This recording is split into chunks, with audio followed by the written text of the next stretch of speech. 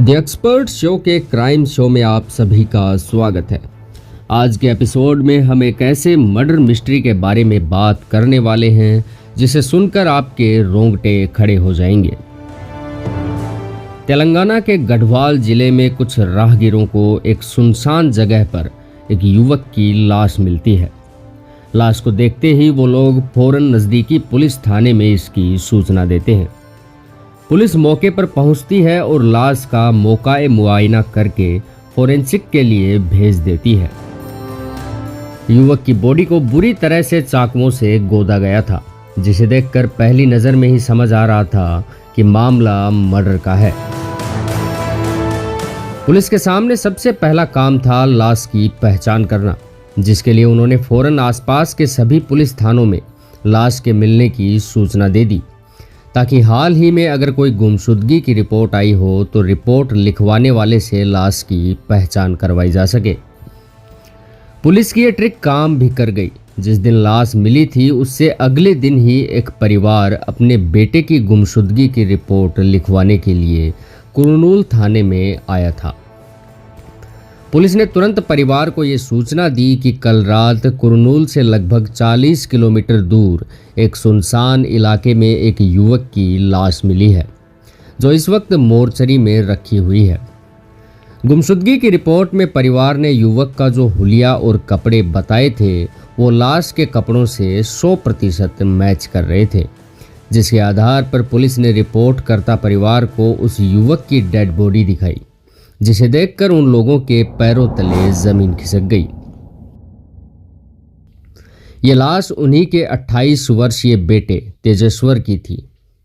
अपने बेटे की ये हालत देखकर माता पिता का रो रो कर बुरा हाल हो गया।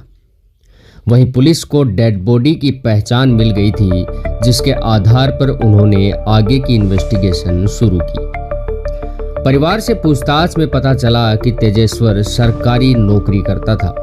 वो जमीन मापने का काम करता था और हाल ही में 1 महीने पहले ही उसकी शादी भी हुई थी। तेजेश्वर के परिवार वालों ने बताया कि जमीन मापने के काम को लेकर कई बार उसे बेईमानी करने के लिए कहा जाता था, लेकिन वो मना कर देता था, जिसकी वजह से कुछ लोगों से उसकी अनबन जरूर थी, लेकिन ऐसी दुश्मनी किसी से नहीं थी कि कोई उसका कत्ल ही कर दे। पुलिस ने तेजेश्वर के कॉल डेटा रिकॉर्ड्स निकलवाए ताकि उनके माध्यम से कुछ पता चल सके, लेकिन निराशा के अलावा कुछ हाथ नहीं लगा। तेजेश्वर के फोन से ऐसा कोई संदिग्ध कॉल नहीं किया गया था जिससे ऐसी साजिश को अंजाम देने जैसा कुछ पता चल सके। पुलिस सभी तरीके से जांच करके खूनी का पता लगाने की कोशिश कर रही थी कि तभी उनका ध्यान हाल ही में हुए राजा रघुवंशी मर्डर केस के चलते तेजेश्वर की पत्नी पर गया। तेजेश्वर की नई शादी हुई थी। परिवार से पूछताछ करने पर पता चला कि उसकी पत्नी तेजेश्वर को ज़्यादा भाव नहीं देती थी। ये बात उसने अपने परिवार वालों को कई बार बताई थी, लेकिन उन्होंने ये कहकर टाल दिया कि नई शादी है, एडजस्ट करने में थोड़ा टाइम लगेगा। लेकिन पुलिस ने इस बात को हल्के में नहीं लिया। कुरनूल पुलिस ने तेजेश्वर की पत्नी ऐश्वर्या के कॉल डेटा रिकॉर्ड्स निकलवाए, जिन्हें देखकर पुलिस भी दंग रह गई। ऐश्वर्या ने पिछले 1 महीने में एक नंबर पर लगभग 2000 बार कॉल किया था और घंटों तक बात की थी। पुलिस ने नंबर की पहचान करने की कोशिश की तो पता चला कि ये नंबर ऐश्वर्या के ससुराल या उसके माता पिता में से किसी का भी नहीं है, यानी कि ये नंबर किसी अनजान शख्स का था। किसी अनजान व्यक्ति से इतनी लंबी बातचीत को देखकर पुलिस का शक और गहरा हो गया। नंबर की जांच करने पर पता चला कि ये नंबर किसी बैंक कर्मचारी का है। आगे की जांच में पता चला कि बैंक कर्मचारी का संबंध ऐश्वर्या की मां यानी कि तेजेश्वर की सास से भी है, जिसके चलते पुलिस ने तेजेश्वर की सास को उठा लिया और थाने ले जाकर अच्छी तरह से पूछताछ करने पर पूरा मामला खुलकर सामने आ गया। दरअसल तेजेश्वर की सास किसी बैंक कर्मचारी से प्रेम करती थी और इस बैंक कर्मचारी के साथ ऐश्वर्या को भी प्यार हो जाता है। जिसके चलते माँ बेटी दोनों एक ही शख्स के साथ रोजाना बातचीत करने लगती हैं।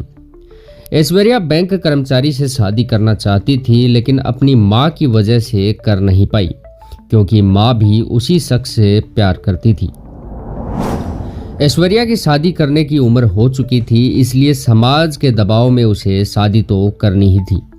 इसलिए माँ बेटी और उस बैंक कर्मचारी तीनों ने मिलकर ये प्लान बनाया कि ऐश्वर्या की शादी तेजेश्वर के साथ करवा दी जाए। इसके बाद तेजेश्वर को रास्ते से हटाकर उसकी दौलत को हड़प लेंगे और फिर तीनों आराम की जिंदगी जिएंगे। फरवरी 2025 में ऐश्वर्या का रिश्ता तेजेश्वर के साथ तय हुआ और मई में शादी का दिन रखा गया।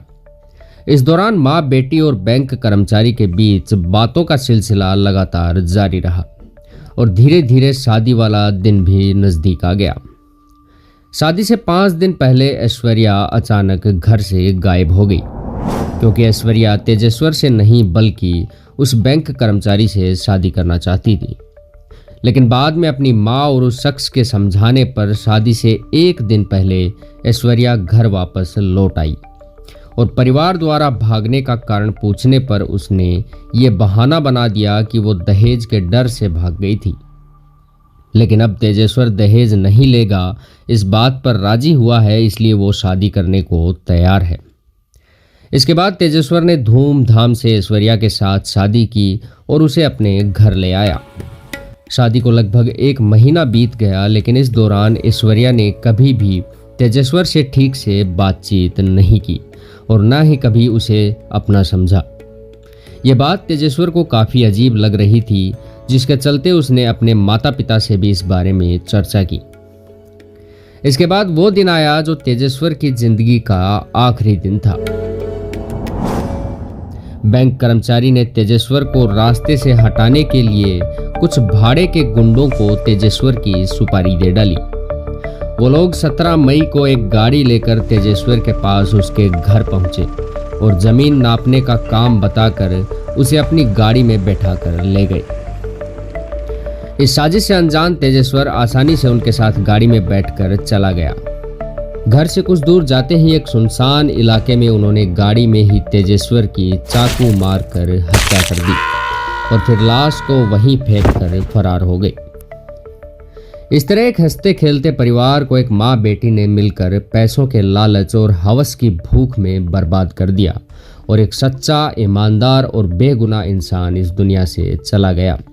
फिलहाल पुलिस ने दोनों माँ बेटी को इस मामले में गिरफ्तार कर लिया है और उस बैंक कर्मचारी और सुपारी किलर्स की तलाश अभी भी जारी है। क्राइम शो के आज के एपिसोड में इतना ही। मिलते हैं अगली कहानी में।